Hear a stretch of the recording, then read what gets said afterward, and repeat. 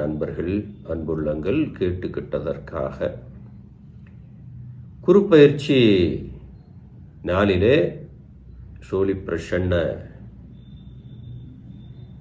வாக்கு தருவதற்கு முன்னதாக இந்த கேள்விக்கு ஒரு பதில் தர வேண்டும் அப்படிங்கிறதுக்காக இந்த பதிவு. நமக்கு பிரச்சனைகள் எதிலிருந்து வருகிறது?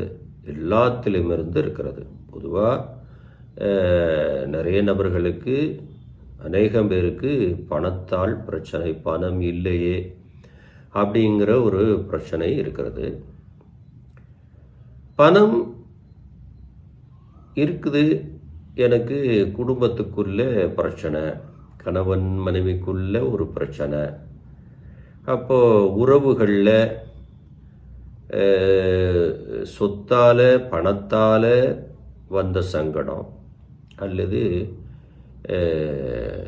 வாய்ப்பேச்சால் வாய்ச்சண்டையால் வரக்கூடிய பிரச்சனை, அல்லது தொழில் நம்ம உருவாக்க முடியலையே அப்படிங்கிற பிரச்சனை. இப்படி பிரச்சனைகளை நாம் அடுக்கிக்கிட்டே போகலாம் இல்லையா? இந்த பதிவை பார்க்கக்கூடிய எனது அன்புள்ளங்கள், சகோதரி சகோதரர்கள், ஒன்றை தெளிவாக தெரிந்து கொள்ளுங்கள். பிரச்சனைகள் எதுவாக இருந்தாலும் அது தானாக வருவதில்லை. அதை முதல்ல நீங்கள் தெரிஞ்சுக்கோங்க.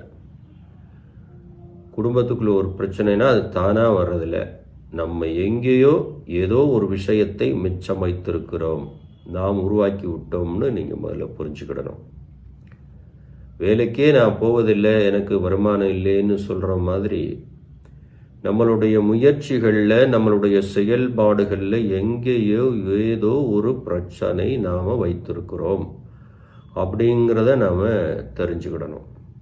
இப்போ கோர்ட்டு கேஸு வம்பு வழக்குன்னா, ஒன்று தேவையில்லாத நபரிடம் பணத்தை நம்ம கொடுத்துருப்போம், அல்லது தேவையில்லாத நபர் நம்மக்கிட்ட வாங்கியிருப்பான்.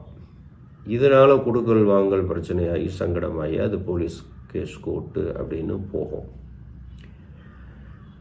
இந்த மாதிரியான பிரச்சனைகள் இது எல்லாமே நாமளாக உருவாக்குறது தான் இல்லையா? எப்பயுமே நம்ம சிந்தனைகள் தெளிவாக இருக்கணும். அதுக்குத்தான் நான் முன்னாடி பதிவில் கூட சொன்னேன், ஒவ்வொரு ராசிக்காராலும், ஒவ்வொரு தனி மனிதனும் அவருடைய சொந்த ஜாதகத்தை எடுத்து பார்த்துக்கிடணும். அதில் இருக்கிற வெற்றி நேரத்தை நாம் தெரிஞ்சுக்கிடணும்.